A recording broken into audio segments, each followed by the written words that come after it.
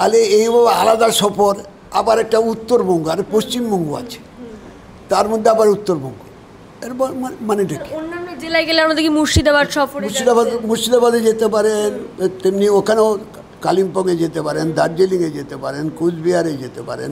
সেটা কুচবিহার বলতে অসুবিধা কী আছে?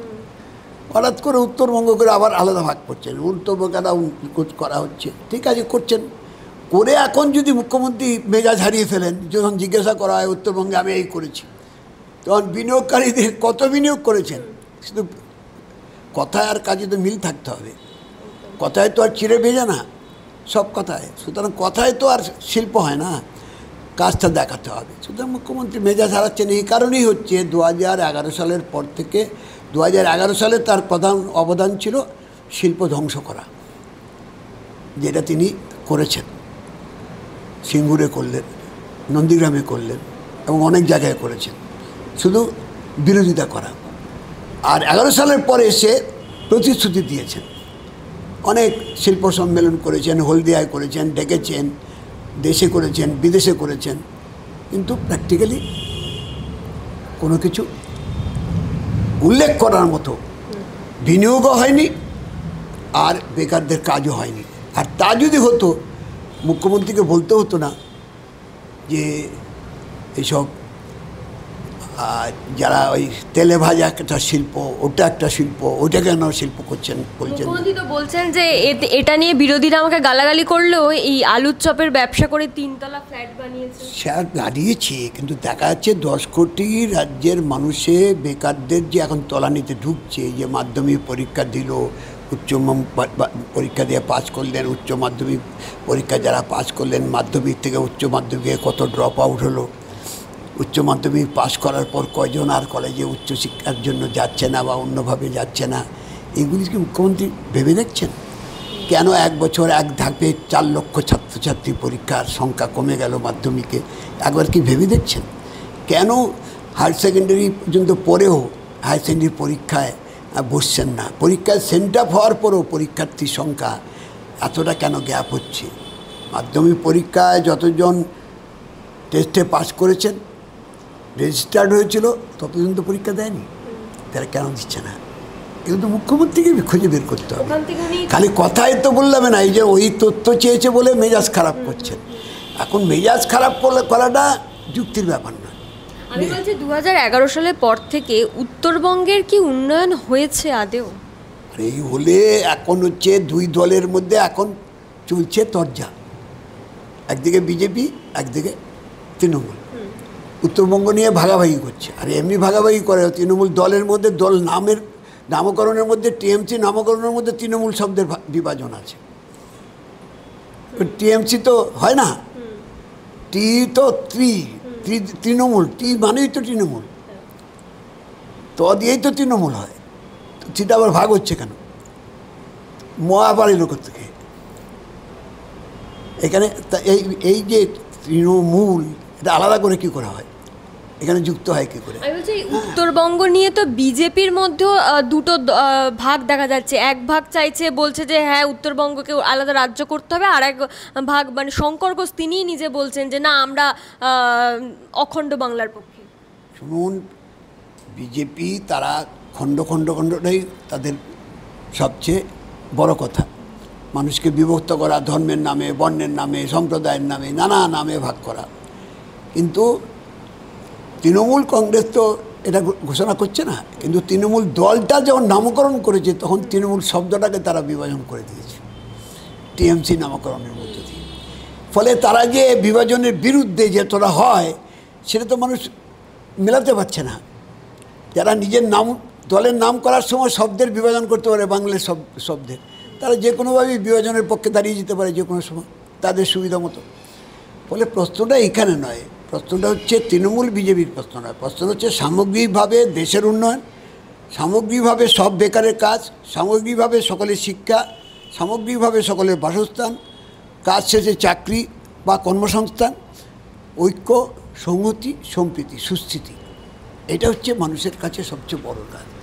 এই কাজটায় যে দলই করুক, যে সরকারটা হচ্ছে কোনো দলের নয়,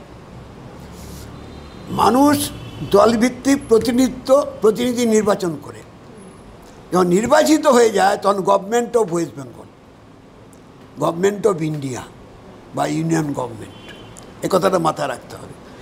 এইখান থেকে যাদের বিচ্যুতি, যাদের আচরণে, কথায়, বার্তায় এবং কাজে বিকৃতি বিচ্যুতি ঘটে, এটাই হচ্ছে দেশের সামনে বিপদ ডেকে আনে।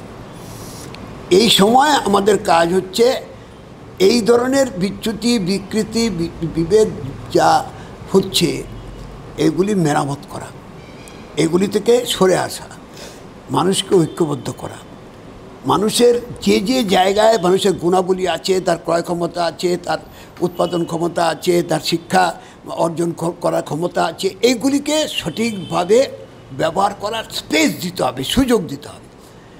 এবং তার উৎপাদন করা, এই যে উনি চপের জন্য, হ্যাঁ চপ উৎপাদনের জন্য তার স্পেস দিতে হবে, তার একটা পরিবেশ চাই, শান্তি চাই। অশান্তি থাকলে হয় না। এই যে যেমন হয় না, এই যে দেখুন শামসেরগঞ্জে যা হলো, এটা কোনো পরিবেশ, এটা পরিবেশ হয় না। তাহলে এইসব পরিবেশটাকে একটা সুন্দর পরিবেশে আনতে হবে, সুস্থ পরিবেশে আনতে হবে। অসুস্থ পরিবেশে না হয় শিক্ষা, না হয় সংস্কৃতি, না হয় খেলাধুলা, না হয় উন্নয়ন, না হয় ঐক্য, না হয় সংস্কৃতি, কিছু হয়। অসুস্থ পরিবেশ, উচ্ছৃঙ্খল পরিবেশ, এ থেকে বেরিয়ে আসতে হবে। এই জন্য যদি নজর দেন বিজেপি, তৃণমূল, যারা সরকার পক্ষ, বিরোধী পক্ষ, আমরা তো বামপন্থীরা শূন্য, আমরা আন্দোলন সংগ্রাম করে মানুষকে কোনটা ভালো কোনটা খারাপ এটা আমরা বোঝাবার চেষ্টা করছি। মানুষ কোনটা গ্রহণ করছেন, কোনটা বর্জন করছেন। আবার মানুষ গ্রহণ করছেন কিন্তু ভোটের ফলাফলে তা প্রতিফলিত হচ্ছে না, কারণ দেখা যাচ্ছে ফলাফল পাল্টে দিচ্ছে। আবার ফলাফলেও যে দলে যে নির্বাচিত হচ্ছে সেই দলে থাকছে না। ৭৭ জনকে নির্বাচিত করলেন 2021 সালে বিজেপি, তারা এখন কয়জন আছেন বিজেপিতে? আবার বিজেপি থেকে তৃণমূলে এলো, তৃণমূল থেকে আবার বিজেপি গেল। তো এইগুলি কিসের? এগুলি মানুষের রায়ের মর্যাদা দেওয়া, এগুলিতে মানুষের প্রতি আস্থা, সরকারের প্রতি মানুষের আস্থাটাকে নিশ্চিত করা যায়? এটা করা যায় না। সেই জন্য আমরা বলছি যে এই ধরনের তরজায় না গিয়ে পরস্পরের আসুন, ভালো কাজ করুন, কর্মসূচি নিন, নিয়ে রূপায়ণ কোথায় দিচ্ছে, রূপায়ণে কোথায় আটকাচ্ছে, এই আটকানোর ক্ষেত্রে সরকারের কী ভূমিকা, বিরোধীদের কী ভূমিকা, সেখানটায় মানুষকে সামনে আনুন। কে বাধা দিচ্ছে? আর্থিক অনটন থাকলে, আমরা তো 2011 সালে বামফ্রন্ট পরাজিত হওয়ার পর বামফ্রন্ট 22শে আগস্ট যখন তখনকার প্রধানমন্ত্রী মনমোহন সিং ছিলেন, তখন বামফ্রন্টের পক্ষে বিরোধী দলের নেতা সূর্যকান্ত মিত্র ডেপুটেশন দিয়েছিলেন কেন্দ্রের কাছে রাজ্যের যে পাওনা আছে সেই পাওনার দ্রুত সঙ্গে শোধ করতে হবে, মেটাতে হবে। তখন তো সরকার আমরা নেই, কিন্তু আমরা রাজ্যের অন্যায়ভাবে যদি কেন্দ্র সেই রাজ্যকে বঞ্চিত করে সেই লড়াইয়ে যদি আমাদের সহযোগিতা চায়, সেটা উত্তরাংশ হতে পারে, দক্ষিণাংশ হতে পারে, পূর্বাংশ হতে পারে, পশ্চিমাংশ হতে পারে, যে কোনো প্রশ্নে, যে কোনো উন্নয়নের প্রশ্ন বা অগ্রগতির প্রশ্ন, রাজ্যের কাজের প্রশ্ন, এই জায়গায় যেখানে হতে পারে, সে আমরা তো হাত বাড়িয়ে আছি। তো সেইটা নিন, খালি এদিকে একবার এদিকে দৃষ্টি ঘুরিয়ে দিন। এত দুর্নীতি, এত দুরাচার চলছে, ওইগুলো দিকে ঘুরিয়ে আমরা কার পক্ষে, ও কে পক্ষে। আর 22শে এপ্রিলের পর, এই আজকে 22শে মে, 1 মাস শুধু এখন হচ্ছে সেই ওখানে কি হলো, তারপরে যে 26 জনের প্রাণ গেল, তারপর আবার অনেকের প্রাণ চলে গেল, এখনও যারা প্রাণ নিল তাদের এখনও কিছু শাস্তি হলো না, এইসব নিয়ে কথা বলার সুযোগ নেই। তারপরে যারা শিক্ষাপ্রার্থী শিক্ষকরা, তাদের উপর হামলা, যা বিকাশ ভবনের সামনে হচ্ছে, তাকে ঘিরে মামলা, তাকেও আবার হচ্ছে না, হামলা তো হচ্ছে না, আবার মামলাতে যাচ্ছে, এইসব চলছে। আমার মুখ্যমন্ত্রী একের সময় এক একটা কথা বলছেন, শিক্ষামন্ত্রী তাদের সাথে দেখা করার সময় পাচ্ছেন না, মুখ্যমন্ত্রীও এখনও সময় পাননি। তারা বাচ্চা নিয়ে, শিশু বাচ্চাদের নিয়ে রাস্তায় বসে আছেন, তাতেও সময় পাচ্ছেন না। তো দৃষ্টিভঙ্গি তো একটা প্রশ্ন, সেইখানে হতে হবে। যেখানে বিজেপি গিয়ে মাঝে মাঝে হই করছে, আরে হই করলে হবে, তুমিও তো সেই করেছো, ব্যাপম কেলেঙ্কারি, তোমরাও তো একই নায়ক। আজকে রাজস্থানের ইলেকশন, মধ্যশিক্ষা পরিষদের রেজাল্ট বেরিয়েছে, মাধ্যমিক পরীক্ষার রেজাল্ট, তো তুমি সেখানে একটু খুঁজিয়ে দেখো না কোথায় কী আছে। উচ্চ মাধ্যমিকের পরে কিন্তু এখনো সরকারি স্কুলগুলোর ভর্তিও শুরু হয়নি। আরে ভর্তি হয়নি এখনও, নিয়ে এখনও তাদের ফর্ম দেওয়ার যে অ্যাপ সেটা ওপেন হয়নি এখনও, কলেজে এখনও ওপেন হয়নি। আমার কাছে একজন এসেছিল, হায়ার সেকেন্ডারি পাস করে বসে আছে, সে ঘুরছে, কী করবে, আমার টাইম চলে যায়, ছেলেমেয়ের অস্থিরতা বাড়ছে, সরকারি স্কুল তার কোনো বিজ্ঞাপন নেই, তার কোনো উপস্থিতি নেই। ফলে শিক্ষাটাকে ধ্বংস করে দিয়েছে। 2011 সাল থেকে 2025 সাল এই চতুর্দশীতে এই মমতা চতুর্দশী শিক্ষার ধ্বংস। এই শিক্ষা যে ধ্বংস করছে তার শরিক হয়ে যাচ্ছে বিজেপি। কারণ কে কখন কোন দলে আছে সে তো বুঝতে পারছে না। এই যারা এখন গালাগালি করছে, কেউ হয় তৃণমূলে ছিল বিজেপিতে গেছে, কেউ বিজেপিতে ছিল তৃণমূলে গেছে। তো তৃণমূলে গেলে, তৃণমূল থেকে বিজেপিতে গেলে তার দায় অস্বীকার করতে পারবে। এই জন্য ওরা পরের মধ্যে হাত তো হয়। এই জন্য একজন বলছে যে তৃণমূল বা বিজেপির মধ্যে আছে যারা এখন ওই যে ট্রেনের টিকিট পাওয়া যায় না, আর কী বলে এটাকে, ওই না ট্রেনের যে শেষ মুহূর্তে টিকিট কেনে, হ্যাঁ হ্যাঁ, তো এই শেষ মুহূর্তে টিকিট নেওয়া, শেষ মুহূর্তে দল ত্যাগ করা, এরাই তখন দলবাড়ি হয়ে যাচ্ছে। তৃণমূলও হচ্ছে, বিজেপিতে হচ্ছে। এই জায়গা থেকে তো ফিরে আসতে হবে।